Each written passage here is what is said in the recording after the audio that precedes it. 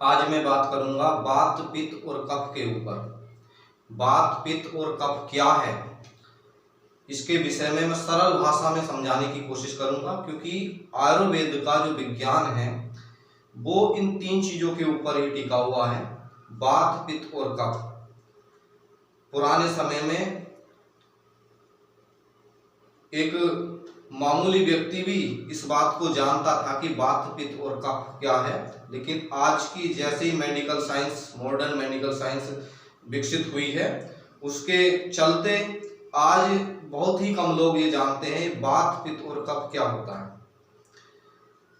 आयुर्वेद का रोगों का परीक्षण जो करा जाता है वो इन तीन चीजों के बेस के आधार पर ही करा जाता है।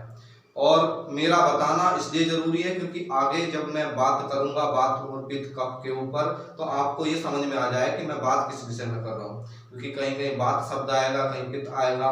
कई रोगों में जो है, कई रोगों के निवारण में जब मैं उनके विषय में आप लोगों को बताऊंगा तो ये शब्द प्रयोग होंगे। उससे पहले मैं बता दूं कि ये वात पित्त और कफ क्या होता है, और वात पित्त और कफ को शरीर में कैसे चेक करा जाता है, और नाड़ी के द्वारा कैसे रोगों का पता लगाया जाता है। ये तीन चीजें वात पित्त और कफ नवज को देखकर कैसे पता लग जाती हैं, और कैसे पता लगता है कि शरीर में कौन सा रोग है।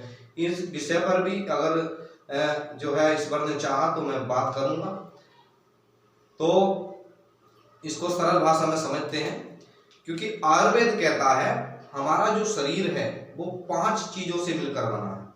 वो 5 चीजें कौन कौन सी है मैं उनको लिख देता हूं। सबसे पहली आकाश, दूसरे नंबर पे आती है वायु,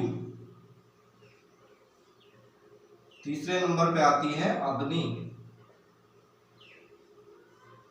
चौथे नंबर पे आता है जल, और 5वें नंबर पे आता है पृथ्वी।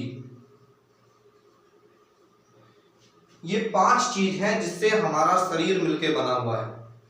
और ये बात आयुर्वेद भी कहता है और हमारे जो शास्त्र हैं वो भी बताते हैं कि बॉडी इन 5 चीजों से मिलके बनी है, और 5 चीजें बॉडी में मौजूद है।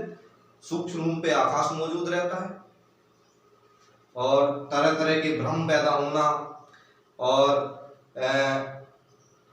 और एक तरीके से शरीर का फट जाना, और कई क्षति से दिखाई ना देना लेकिन फट सा शरीर जाता है, तो वो आकाश तत्व के कारण होता है। और वायु शरीर में होती है जो फेफड़ों से हम लेते हैं, वह भी वायु है। और जो ब्लड को शरीर में दौड़ा रही है, चला रही है, और ब्लड के साथ बह रही है ऑक्सीजन के रूप में, वो सब शरीर में वायु है।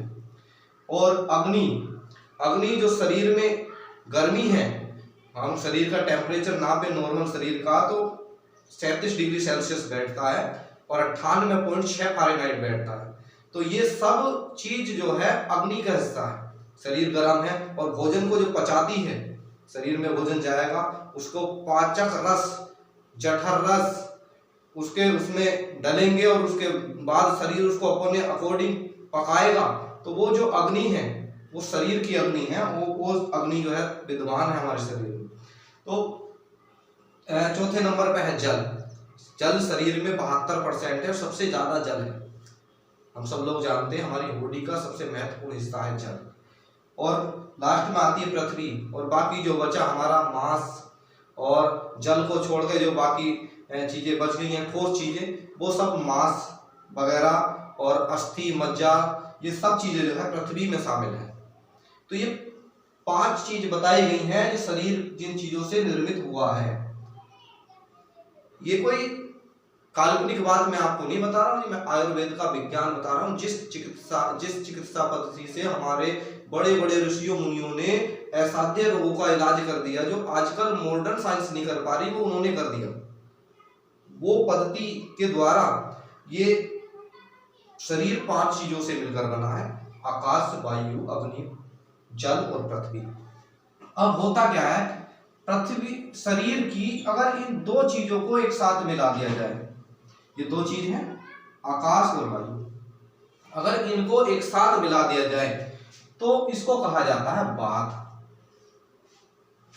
अग्नि और वायु जब एक साथ हो जाते हैं तो शरीर की प्रकृति जो निकल के आती है, उस प्रकृति का नाम जो है विद्वान उन्हें बात कहते हैं, बोले कि ये बात है, वायु और आकाश का मिश्रण।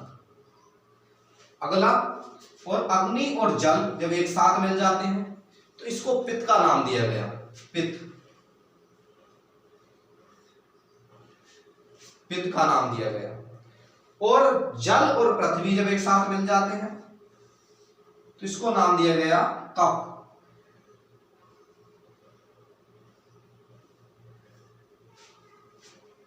वात, पित्त और कफ शरीर की तीन प्रकृति, इन तीनों प्रकृतियों के ऊपर ही शरीर चलता है। आयुर्वेद कहता है अगर ये तीनों प्रकृति संतुलन में रहे, वात, पित्त और कफ, तो कभी रोग पैदा ही नहीं होगा। लेकिन इनके इनबैलेंस के कारण रोग पैदा होते हैं। आयुर्वेद कहता है यदि किसी व्यक्ति के शरीर में वात इनबैलेंस हो जाए तो 80 प्रकार के रोग आ जाते हैं। यानी वात इनबैलेंस हुआ और उसका उपचार नहीं हुआ फिर सही समय पर, वो सही चीज उसको नहीं मिली जो ठीक करे, तो धीरे धीरे 80 प्रकार के रोगों से शरीर ग्रस्त हो जाएगा। और यदि पित्त शरीर में बढ़ जाए या घट जाए, इनबैलेंस हो जाए, तो शरीर में 40 प्रकार के रोग आ जाते हैं। और कफ घट जाए, बढ़ जाए, तो 28 प्रकार के रोग आ जाते हैं। तो ये वात, पित्त और कफ है। आशा करता हूं ये चीज आपके समझ में आई होगी। आकाश और वायु को मिलाया तो वात मिली, अग्नि और जल को मिलाया तो पित्त बना, और जल और पृथ्वी को मिलाया तो कफ बना। तो वात, पित्त और कफ, वात के इनबैलेंस से 80 प्रकार के रोग आते हैं, पित्त के इनबैलेंस से 40 प्रकार के रोग आते हैं, कफ के इनबैलेंस से 28 प्रकार के रोग आते हैं। अब शरीर में कैसे चेक करा जाता है वात, पित्त और कफ? नाड़ी के द्वारा कैसे रोगों का परीक्षण करेंगे? नब्ज देख के कैसे पता चले, नाड़ी देख के कैसे पता चले कि शरीर में कौन सी बीमारी है, वात बिगड़ा है, पित्त बिगड़ा है या कफ बिगड़ा हुआ है? ये सारी बातें मैं नेक्स्ट वीडियो में या फिर जो ईश्वर ने चाहिए तो कोई अन्य वीडियो में मैं करूँगा, है ना। और उससे पहले यदि हो सका तो मैं जो लोगों के सवाल जो लोगों ने मुझसे किए हैं, कई लोग शुगर के ऊपर पूछ रहे हैं, बोले कि शुगर के ऊपर बताइए, डायबिटीज को कैसे कंट्रोल करें, कुछ पूछ रहे हैं कि प्लेटलेट्स कैसे बढ़ाएं, उसकी कोई टैबलेट बताइए। तो ये सब बातों पे भी मैं चर्चा कर सकता हूँ, लेकिन जल्द ही मैं इन बातों पर भी चर्चा करूंगी। ये बेसिक जानकारी है, ये हर व्यक्ति को पता होनी चाहिए। पहले के लोगों को पता होती थी लेकिन आजकल नहीं पता, और यदि ये पता होंगी तो हमें पता होगा कौन सी चीज कब खानी चाहिए, जिससे जो है हम स्वस्थ रहेंगे। पता चल जाएगा किस समय पे जो चीज नहीं खानी, किस समय पे कौन सी चीज खानी है।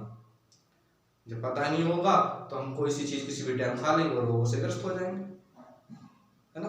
कई बार हमने देखा है कि एक डॉक्टर कह रहा है कि इसे खाने के लिए पपीता दो, दूसरा मना कर रहा है कि मत दो, और तीसरा कह रहा है कि जो प्रोटीन्स, विटामिन वगैरह जो है नारियल पानी में होते हैं वही केले में होते हैं, तो नारियल पानी छोड़ केला खा ले। तो समझ में नहीं आता केला खाए नारियल खाए पिए। तो ये सब बातें समझ में आ जाएंगी कब? जब हम इन चीजों को समझ लेंगे।